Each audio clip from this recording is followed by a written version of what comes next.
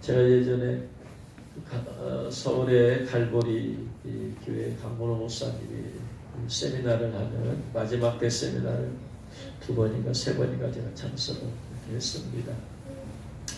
그분께서 이제 주님의 오심을 이렇게 마지막으로 준비하면서 정말로 이제 어떻게 준비하냐면, 그분이 부흥 집회를 이렇게 많이 다녔잖아요. 그래서 우리나라에서 아주 가장 유명한 부흥 강사 중에 한 분인데,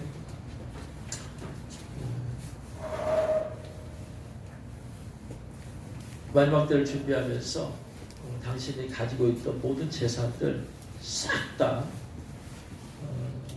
살고 있던 아파트까지 다 처분해서 하나님께 헌금해버렸습니다.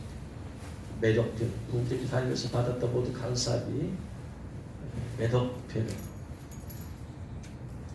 하나님께 헌금하고 집도 팔아서 하나님께 헌금해버렸습니다. 그리고 교회에 5층인가 6층인가에 방 하나, 오장실에 방 하나, 거기서 생활하시. 죽으면 죽으리라고 그 각오로 그 방 안에 관을 하나 넣고, 내가 죽으면 죽으리라. 그래서 거기서 생활하세요. 살도 집까지 다 팔아버리고 숙식을 다 거기서 생활하면서, 그 삶을 보니까 이제 진짜 준비하는 모습이죠. 삶을 보니까 진짜 준비하는 거 아니에요? 그리고 마지막 때 세미나를 위해서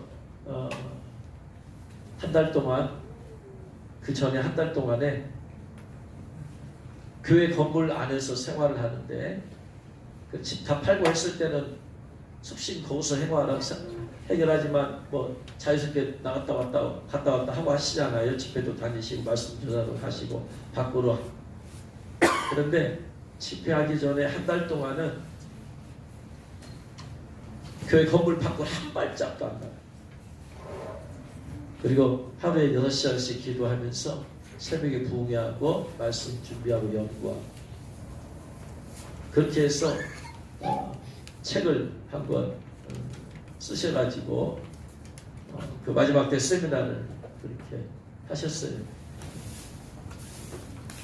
그래서 제가 가서 세미나를 이제 가서 들었는데, 하신 말씀 중에 하나가 뭔 거니, 당신네 교회에 메리칩을 만드는 회사의 중역이 계시대, 교인 중에 한 명이. 근데 그분이 말씀하시기를, 목사님 메리칩 절대로 받으면 안 됩니다. 이미 받는 순간에 그분 얘기예요. 저도 확인하지 못했지만, 근데 강문호 목사님 거짓말일 뿐은 아니죠. 그분 말씀이 베리시 받았다가 나중에 빼어내도 안 된대. 이미 베리시 한번 받으면 이미 속에서 변형이 일어난대. 근데 목사님 받았다 빼내도 이미 안에서 변형이, DNA 변형이 일어나고 있기 때문에 그 수술해서 빼내도 안 된대. 그러니 절대로 받지 마십시오. 집세계표 세미나 얘기할 때 그 말씀 하세요. 그래서 저는 그분의 책을 많이 읽었고 말씀도 많이 들어봤고 하면서 그분이 거짓말할 뿐이 아니라는 걸 알지. 그러면서 그분 자신이 마지막 때를 준비하기 위해서 이제 모든 것 다 재산 처분해서 하나님 헌금하고 교회 안에서 숙식하면서 그렇게 하는데, 그분이 거짓말하면서까지 하겠어요? 거짓말하면 성 안에 못 들어가는데. 그렇게 해서 준비하면서 사시다가 하나님께서 수도원을 만들려고 해가지고 수도원을 만들어서 봉쇄 수도를 만들어서 집이 그분이 들어가셨어요.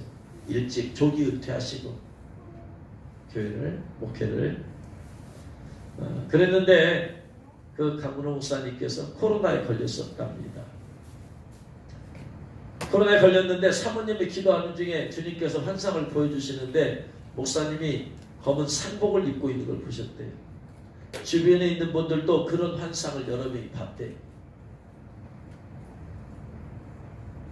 그러니 사모님이 얼마나 놀라고 주위에 있는 분들이 얼마나 놀랐겠어요. 얼마나 기도를 했겠어요. 의사는 오늘 밤이 마지막일지도 모른다고 했대요. 왜냐하면 코로나 걸려가지고 폐가 70%가 망가져서 숨쉬기가 어려워질 것이라고 했대요. 그러니까 그분을 사랑하는 분들이 얼마나 많이 기도했겠어요. 그런데 하나님의 은혜로 5일 동안 병원에서 치료받은 후에 완전히 회복이 되었답니다. 할렐루야. 그래서 강 목사님이 하나님께 여쭈어봤대요. 하나님, 제게 왜 이런 어려움을 주셨습니까?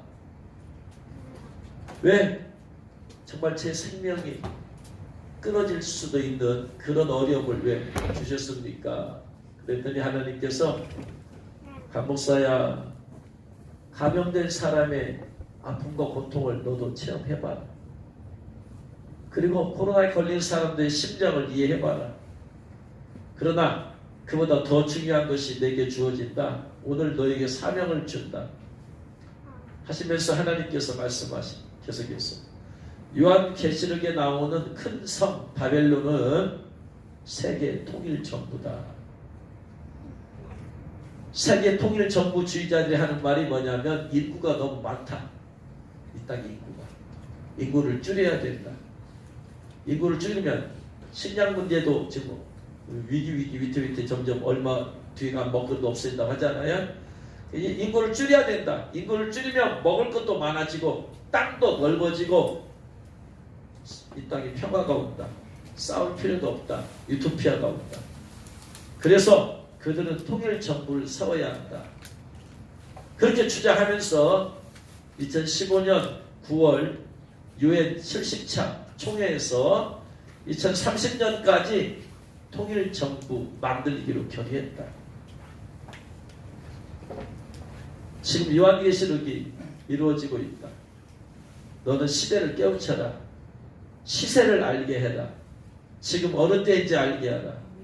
근심하여 정신 차리고 기도하게 해라. 예수님의 재림이 바짝 다가왔음을 알려라. 이 사명을 주기 위해서 내가 너를 살렸다. 너는 그날 밤 병원에 가지 않았으면 죽었다. 이렇게 주님께서 말씀하셨대요. 그러니까 2015년 9월에 이미 7년 전에 유엔 70차 총회에서 2030년까지 통일정부 만들기로 이미 결의를 해버립니다.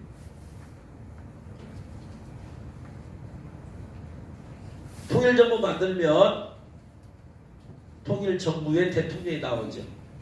그렇죠? 그 대통령이 저 그리스도죠.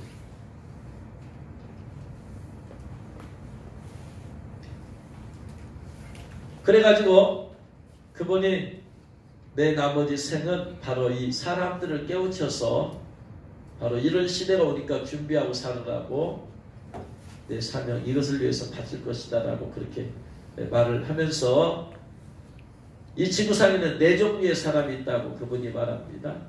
첫 번째 종류의 사람, 무슨 일이 일어나는데 무슨 일이 일어나는지 모르고 사는 사람, 무슨 일을 일으키고 있는 사람, 무슨 일을 일으키고 있는 사람, 무슨 일이 그 일으키고 있는 사람에 의해서 무슨 일이 일어나는데 일어나는지도 모르고 사는 사람. 첫째, 무슨 일을 일으키는 사람들. 두 번째, 무슨 일이 일어나는지 모르는 사람. 세 번째, 무슨 일이 일어나는지는 알고 있는데 준비하지 않고 사는 사람. 네 번째는 무슨 일이 일어나는지 알기 때문에 준비하는 사람. 이 네 종류의 사람인데 그분 말씀하시기를, 그러면서 우리는 그 일을 알고 대비하는 사람이 되어야 된다라고 그분이 그렇게 말씀하셨어요.